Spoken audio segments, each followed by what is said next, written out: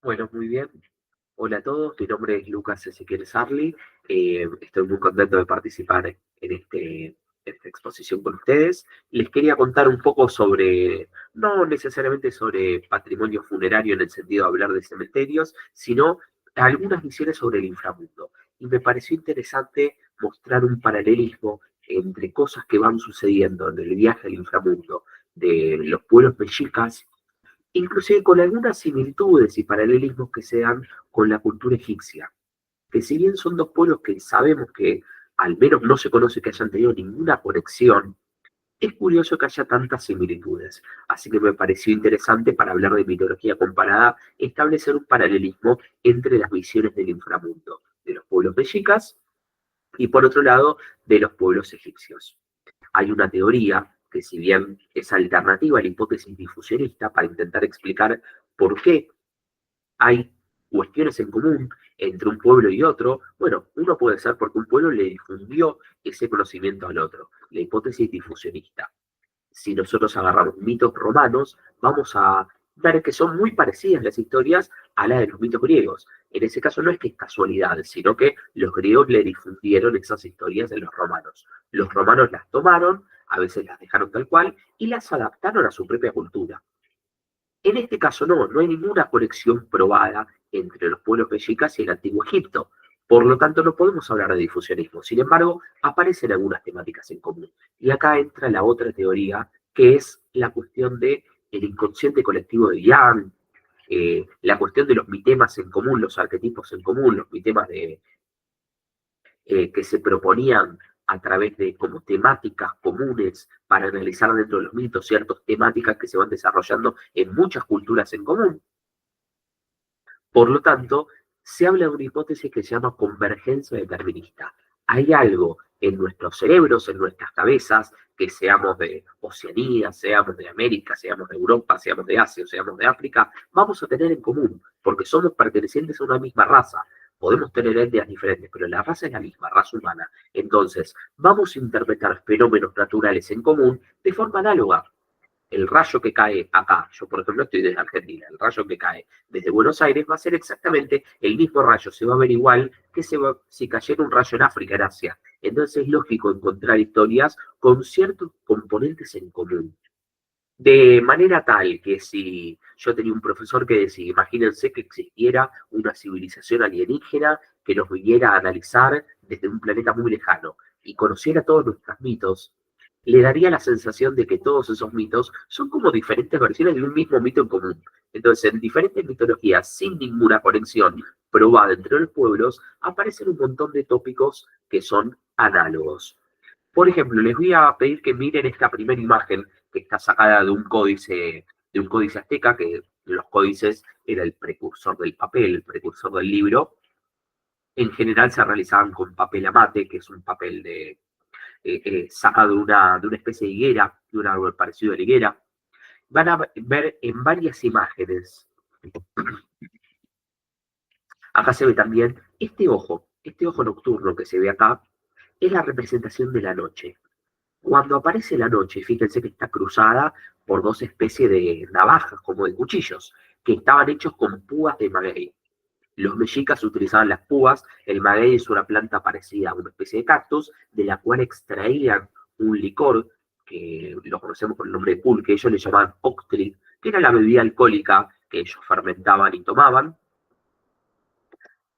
y utilizaban estas púas, como vemos acá, para lacerarse, lastimarse las orejas, los labios, la nariz, inclusive las partes pudendas, y el momento donde más se desarrollaban este tipo de autolaceraciones era cuando estaba la noche. Este símbolo significa la noche. Entonces, ¿por qué generalmente estos autosacrificios se realizaban de noche? Acuérdense que el dios Quetzalcóatl, cuando desciende a la tierra y ve que los humanos se mataban entre sí, se sacaban el corazón para ofrendarlo a los otros dioses, no le parecía que su pueblo, su creación, porque los humanos fueron creados con los huesos que él mismo, Quetzalcóatl, recogió del Mictlán, no quería que sus hijos sufran de esta manera. Entonces instaura el autosacrificio. Dice, no es necesario matarse entre ustedes. Pueden utilizar púas de maguey para lacerarse, que caiga un poquito de sangre, ofrendar un poco de sangre y no matar a la persona. El momento en los códices donde mayor cantidad de autolaceraciones aparecen es cuando pasa la noche. Los mexicas le tenían terror a la noche. Era el momento donde no sabían qué iba a pasar, no sabían si iba a salir el sol y la forma de mover los astros, que la luna se desplazara y volviera a aparecer el sol y volviera a salir el día, era precisamente con sangre. La sangre era el motor de los dioses, era la forma de renovar, de poder renovar el ciclo. Estos Yumolpiris, estos atados de años que duraban una era de 52 años, se pudiera renovar una nueva. Entonces, la forma de que eso sucediera y que el mundo no se viniera abajo era con sangre. Por eso, como aparece acá, la sangre generalmente suele enfrentarse mayormente por la noche, cuando más cantidad de sacrificios se realizaban.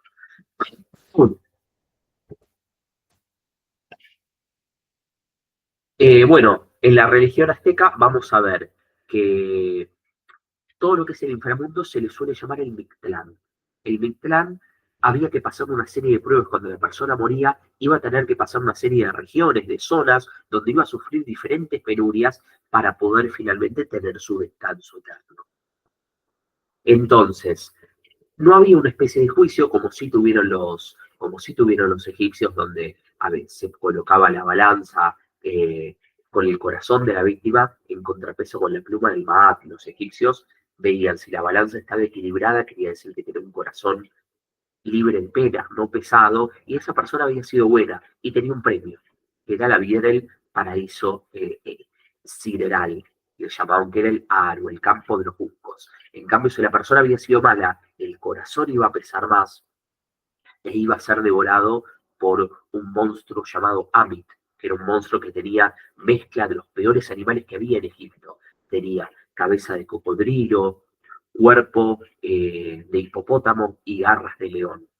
Iba a ser devorado y eso implicaba la verdadera muerte. Si no, si era bueno, pasaba a ese paraíso sideral donde la vida seguía muy parecida a como había sido en la tierra, en Egipto, pero en la parte fértil. Entonces acá, en Egipto es la primera cultura que establece un juicio para las almas. ¿Sos bueno? Tenés un premio. ¿Fuiste malo? Tenés un castigo. Muchas ideas que va a tomar el catolicismo también, ¿no? De hecho, Osiris se sacrifica para poder juzgar a los muertos, para poder establecer un juicio. Tal como hace Jesús. Jesús se sacrifica para poder salvar a las almas buenas y reconstruir el camino al cielo. Osiris se va a sacrificar y va a morir y no va a volver como faraón, sino que va a volver como Dios de los muertos. Bueno, acá en la cultura egipcia, la cultura, perdón, mexica, vamos a encontrar algo diferente. Los muertos no van al cielo o al infierno. El tipo de vida, perdón, el tipo de vida post-terrenal que tenés, el tipo de vida después de la muerte, no dependía tanto de si fuiste bueno o malo, sino del tipo de muerte que tenías. Por ejemplo, las parturientas, cuando morían, era muy común que muchas mujeres murieran en el parto, podían pasar a asistir al sol, al cielo, a uno de los cielos, a asistir al sol a dar a luz. Entonces, al día siguiente, las parturientas oficiaban de parteras para que el sol nazca. Había esa idea de que el sol moría cuando se ponía por occidente. De hecho, occidente mantiene la palabra oxiso, es la misma raíz, que es el lugar donde muere el sol. Y el sol volvía a nacer al día siguiente. Entonces, las parturientas ayudaban después de la muerte a renacer el sol. Los soldados, los que morían en la guerra, los guerreros que morían, por ejemplo, que les pegaba un rayo, se creía que podían pasar a una especie de cielo paradisíaco donde iban a estar unos años y después podían reencarnar, por ejemplo, como una especie de, no me sale bien la palabra, pero no son jilgueros, sino esas pequeñas aves, ahí está, colibríes. Podían reencarnar como colibríes. Esta tradición de que cuando vemos colibríes, que quedó muy popular inclusive en Argentina, esta tradición de que los colibríes son las almas de nuestros antepasados, en realidad proviene de la mitología azteca, o de la mitología mexica, mejor dicho. Entonces, cuando el verdadero, una persona normal, que no había sido guerrero, no había muerto en el parto, se moría, lo que tenía que hacer su alma era trascender un montón de reinos hasta llegar al último reino de Mictlán, donde iba a poder descansar en paz, y esa era la verdadera muerte, la muerte la que atravesaban la mayor parte de los mexicas. Cuando llegaban al último sector del Mictlán, aparecían los dioses del Mictlán, Mictlantecutli y Mictecacihuatl, y le deseaban el descanso eterno. Entonces veamos este recorrido. Primero, fíjense esta imagen. Este es un perro real, es una raza nacida en México, creada en México, que se llama Xoloitzcuintle, que si bien son perros que hoy en día la gente puede comprar, los mexicas creían que un perro muy parecido con estas características era aquel que oficiaba de acompañante de las almas, es decir, el psicopompo, el que conducía el alma del muerto a la primera región del inframundo. Y me gustaría que comparemos esta cara de este perrito con la cara de Anubis en la mitología egipcia. Anubis, para la mitología egipcia, antiguamente era un dios antiguo. No era como la historia que conocemos nosotros, que es el guardián del inframundo. Antiguamente era el dios del inframundo. Cuando Osiris, en las primeras dinastías, pasa, sobre todo en la tercera dinastía, deja de ser un dios ligado a la agricultura y pasa a ser un dios del inframundo, ese lugar que antiguamente había sido relegado para Anubis, lo va a empezar a tomar el mismísimo Osiris. Entonces Anubis va a quedar relegado, ya no va a ser más el dios del inframundo, va a quedar relegado a ser guardián del inframundo. De hecho, se los va a emparentar. Como los dioses, los dos están en el inframundo, hay un mito que cuenta que Osiris fue seducido por su hermana Neftis, transformada de su esposa Osiris, de su esposa Isis. Neftis se disfrazó de Isis y de esa manera sedujo a Osiris, que Isis sabemos que es esposa de Osiris, y concibieron un hijo que va a ser Anubis, que era interpretado en muchas mitologías, porque Egipto tenía diferentes interpretaciones, diferentes mitos, inclusive en cada nomo había diferentes creencias. Era interpretado con una cabeza de chacal, como de coyote, muy parecido a estos perros, y cuerpo de hombre. ¿Por qué chacal? Porque el chacal antiguamente era una criatura que se le asociaba a la muerte, porque los chacales solían rondar, eran animales carroñeros que solían rondar en las afueras de la ciudad. Y precisamente las necrópolis y los cementerios en el antiguo Egipto estaban ubicados afuera de las ciudades. Entonces era muy común ir al cementerio y encontrar o ver, visualizar algún chacal que pasaba por ahí. Entonces el chacal se lo asoció con el animal propio de la muerte. Es el psicopompo, el que conduce el alma y te lleva a la barca Osiris que vas a atravesar los diferentes reinos hasta enfrentarte al juicio que va a presidir el dios Osiris. Acá los que te acompañaban eran estos perros. Fíjense qué parecidos que son a Osiris, ¿no? Qué parecidos que son a Anubis, el dios de la momificación y guardián del inframundo. Por eso creían los aztecas que si vos habías sido malo con los perros, no podías ingresar, no podías tener una vida de descanso eterno. Precisamente porque los Xoloitzcuintle, estos perritos, no te iban a acompañar a este primer reino, ibas a quedar vagando y sufriendo a perpetuidad. El primer reino se llamaba Itzcuintlán, que era el primero de los 9 niveles del Mictlán. Estaba la casa del dios Xolotl, que era un dios que se lo consideraba muchas veces hermano gemelo de Quetzalcóatl. ¿Por qué hermano gemelo? Porque Quetzalcóatl, entre otras interpretaciones, fue asociado a la estrella Venus. En realidad no es una estrella, sabemos que es un planeta, pero Venus en ciertos momentos del año se suele ver 2 veces al día. Es la estrella última que brilla cuando empieza a amanecer, la última estrella que se ve, y es la primera estrella que se empieza a ver cuando empieza a anochecer.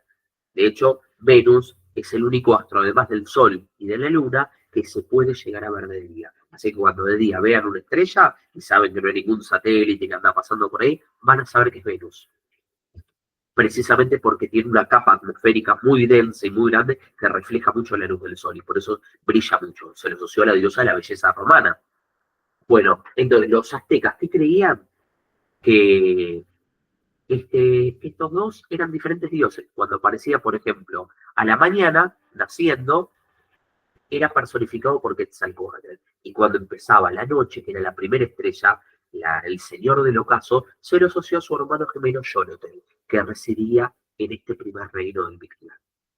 Los Xoloitzcuintles, estos perritos, que actuaban de acompañantes de las almas de los muertos, los ayudaban a cruzar este río que se llama Apanohuacalhuilla. Pasaban así al segundo nivel del Mictlán, que se llama Tepene Mona Mictlán. que estaba formado por una cadena de cerros y montañas que estaban en movimiento. Entonces, muchas veces vos querías pasar y las montañas chocaban entre sí y aplastaban al hombre. Entonces, los muertos tenían que cruzar con mucho cuidado esa segunda región del Mictlán para no ser triturados. Siempre estaba el miedo al sufrimiento eterno, a quedar a perpetuidad con dolor inconcebible. Como dice acá, quienes no lo lograban quedaban realmente atrapados para toda la vida en este segundo nivel. Si lograban pasar, pasaban al tercero, que es Iztepetl, la montaña de obsidiana. La obsidiana sabemos que es una piedra, que es un mineral que ellos lo lograban afilar y creaban cuchillas de obsidiana.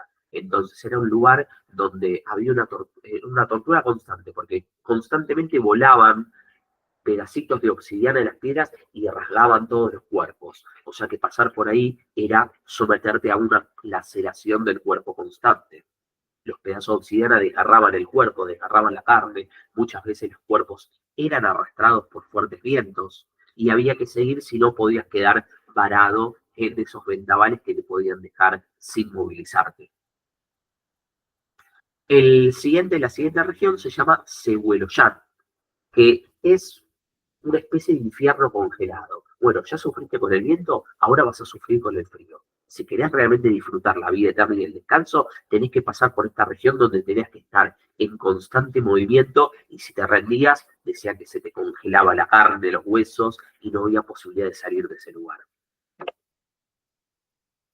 La siguiente región del Mictlán, fíjense cómo es análogo a vas pasando por diferentes secciones, ¿no? En la mitología azteca también tenías que ir atravesando diferentes salas, donde finalmente ibas a llegar al famoso juicio de Osiris. Y no hay ninguna conexión entre los mexicas y los aztecas. Esto tiene que ver con patrones cognitivos en común que tenemos de nuestro conocimiento, de nuestro cerebro, que permiten que interpretemos fenómenos de manera análoga, de manera similar, con sus diferencias, pero aparecen ciertos paralelismos, ciertas similitudes entre culturas sin punto de conexión.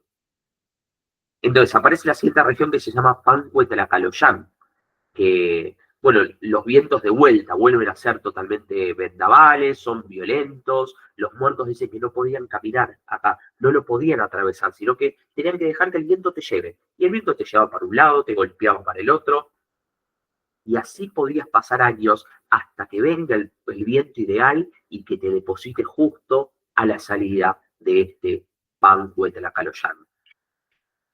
Si lograbas encontrar el viento ideal, pasabas a la siguiente región del Mictlán, que se llama Temiminaloyan, que era un sendero de los muertos que había que cruzar con extremo cuidado, porque ocultos en la oscuridad había manos monstruosas, invisibles, y que inclusive te podían lanzar flechas y que querían arrebatarte el corazón.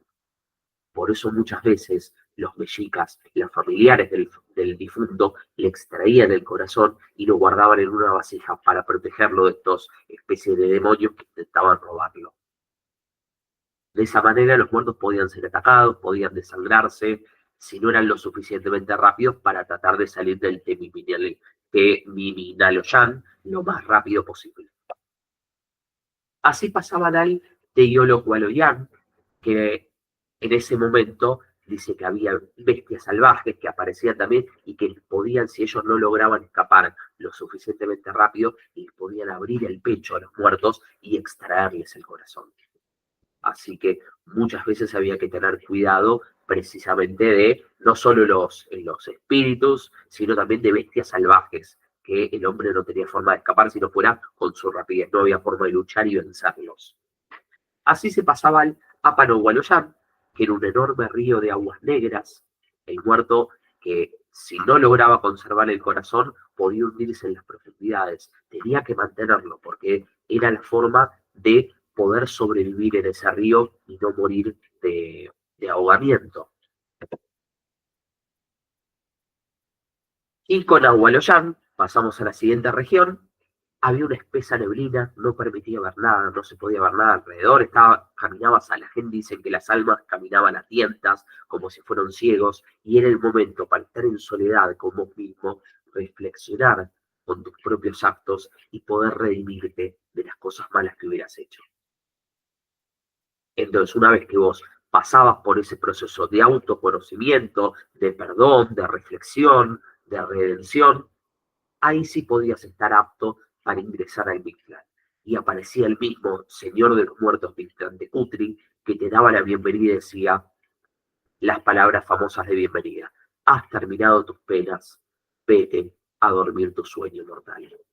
Así que con esta visión del inframundo podemos establecer cierto paralelismo con la mitología azteca, con la mitología, perdón, egipcia, y tener en cuenta cómo las culturas antiguamente buscaban cierto proceso de redención. Recordemos que para los egipcios ese proceso de redención venía por el famoso juicio de Osiris. Osiris se va a sacrificar, recuerden que en el mito había sido asesinado por su hermano Set.